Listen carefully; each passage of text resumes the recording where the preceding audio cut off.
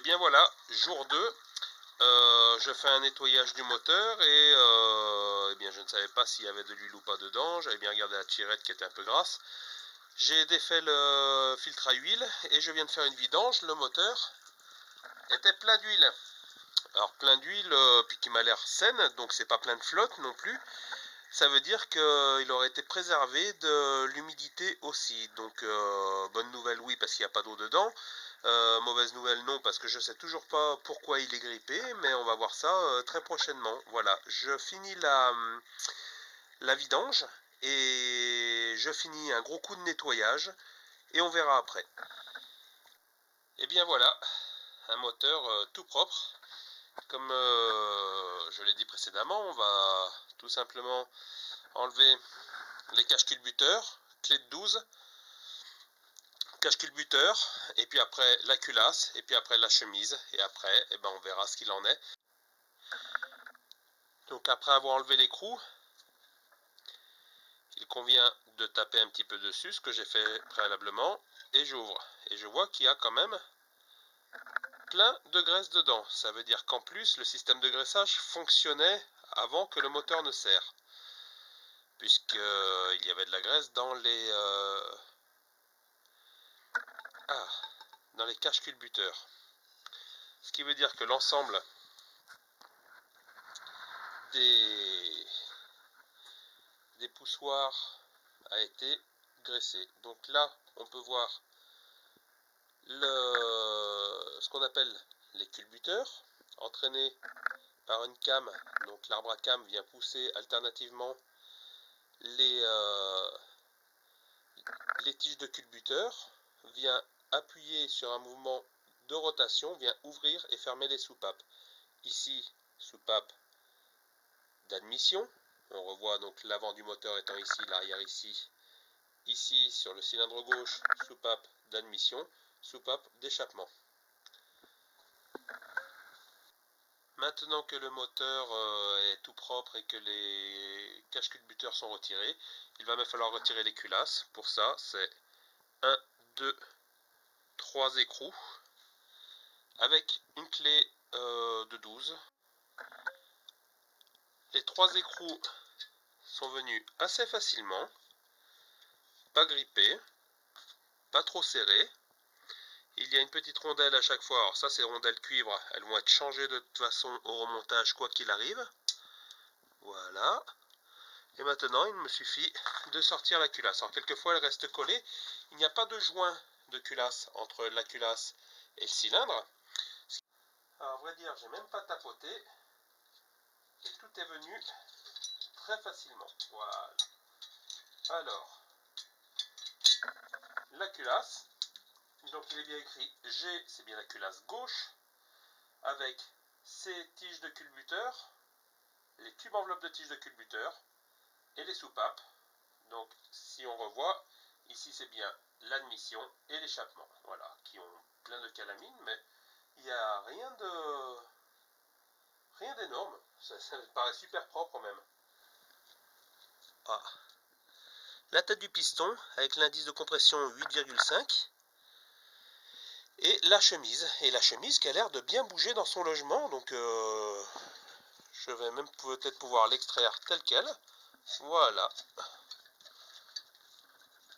La chemise qui vient telle quelle, donc le piston n'est pas grippé non plus.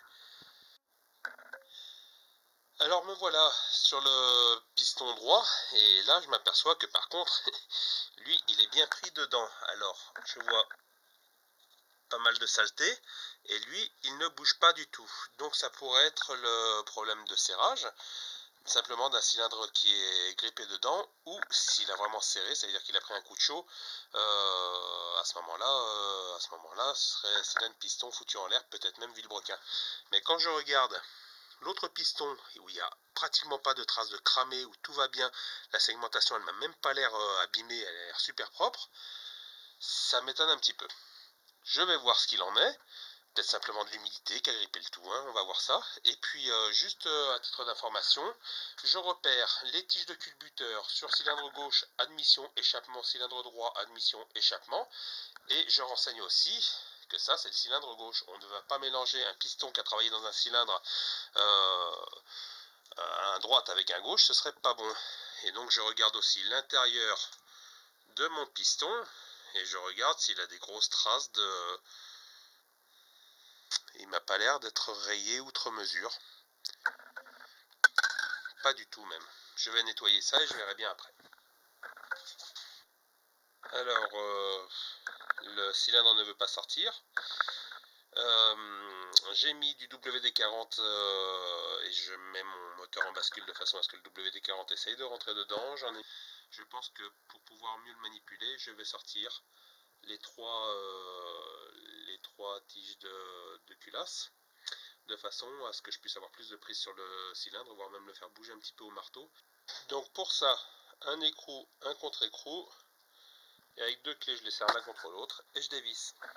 Bon, malgré 8 litres de W40, une insistance à l'écrou, à la clé, je n'arrive pas à défaire les tiges, mis à part celle du bas qui est venue assez facilement même, mais les deux du haut sont sertis dans leur logement comme c'est pas possible, donc je ne peux pas les sortir. Il me reste donc un seul moyen, c'est de désolidariser les deux demi-coquilles, donc de retirer tous les boulons qui servent à tenir les deux coquilles l'une avec l'autre. Voilà, je n'ai plus que cette solution-là, ce que je m'apprête à faire maintenant. Après avoir retiré quelques boulons, voilà, dont celui-là et les trois qui se trouvent en dessous du moteur, il me faut retirer l'intégralité de la plaque qui cache la pompe à huile. Donc là c'est des écrous de 12 il me semble, et là de la crépine puisqu'elle est prise entre les deux carters. Du coup on peut s'apercevoir là de la pompe à huile qui a une roue crantée de 4 dents et une étoile de 5 interstices, ce qui permet, en tournant entraîné par l'arbre à cam, de pomper l'huile directement. Donc, alors voilà, il y a aussi ces deux boulons et les grandes tiges filetées de l'autre côté, clé de 17. Et là, il faut forcer un petit peu, et j'ai même levé au marteau pour que ça tourne. Voilà, et une fois qu'ils sont sortis, je vais pouvoir débloquer mon boulon. Voilà, en principe, il n'y a plus rien qui le gêne. Hein, voilà, petit couteau doux, vous voyez, qui s'ouvre en deux. Bon, et bien voici le moteur avec bielle, piston, vilebrequin, arbre à cam, avec les cames différentes pour l'admission et échappement.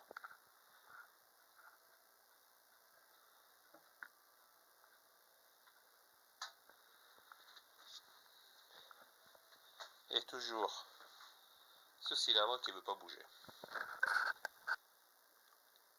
Du coup, maintenant que les deux demi-coquilles sont séparées, ma technique est, plutôt que de sortir la chemise, et bien doucement, je tape sur la tête du piston. J'ai commencé avec une cale en bois pour éviter d'abîmer le piston, de toute façon, mais le piston il est absolument pas fragile à ce niveau-là, et je tape pas comme un sourd non plus, donc et bien voilà, à l'aide d'un marteau que voici, et d'un grand manche en bois que voilà, j'ai réussi à sortir le cylindre en tapant comme un sourd, hein. Et voici un cylindre qui est absolument crado, mais c'est une espèce de boue de rouille, et effectivement il semble que l'eau était rentrée à l'intérieur et a fait rouiller et a soudé le cylindre. On le voit ici, c'est une espèce de rouille mélangée à de la graisse. Voilà, les segments sont pris dedans, et tout simplement c'était de la rouille qui avait fixé le tout. Donc je m'aperçois également que un segment est cassé. C'est le segment intermédiaire. Bon, et bien en tout cas, a priori l'arbre à cam est intègre, il n'y a pas de traces, il n'y a pas de rayures profondes, il n'y a pas de traces de serrage. Là, c'est les gorges, vous voyez les trous qui servent au graissage des bagues de vilebrequin. Voilà. Donc là c'est pareil, tout tourne, tout a été graissé, donc le vilebrequin semble indemne, et c'est vraiment un problème simplement de rouille dans un des pistons après l'avoir stocké, donc juste de l'humidité qui est rentrée dans une des culasses probablement. Bon, après examen rapide, en fait le cylindre n'est même pas rayé, il a quelques traces de brûlé, mais c'est normal. Par contre il a un segment qui est complètement pris dans sa gorge. Alors vous voyez, ici les segments sont complètement libres. Voilà, il y a 3 segments, un pare-feu, un intermédiaire et un racleur. Le racleur permet de renvoyer l'huile à l'intérieur du bloc moteur. Le pare-feu empêche l'explosion de passer au-delà de la chambre de combustion. Et l'intermédiaire joue un petit peu les deux rôles. Donc voilà. Encore une fois, les bagues sont hyper mobiles, pas rayées, rien, pas un fait de jeu, ni l'une ni l'autre. Et en fait, le piston, à part être crade, il n'a pas de rayures et à ma grande surprise, la chemise non plus. La chemise que j'ai évidemment étiquetée droite. Je vais finir de nettoyer les deux blocs, finir de nettoyer le vilebrequin, et puis dans un autre épisode, ce sera le remontage. Et bien voilà, un petit coup de nettoyage, et puis maintenant ça va être une histoire de remontage, mais ça va être remonté avec piston et segment neuf évidemment, parce que les pistons, mine de rien, ont souffert, les chemises ont souffert. Un kit chemise piston avec segmentation coûte entre 130 et 160 euros.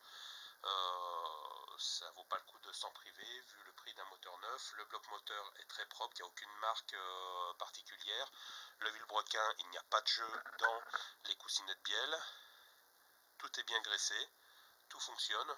Donc changement des pistons, des chemises, des segments, et ce sera un moteur nickel avec une pochette de joint.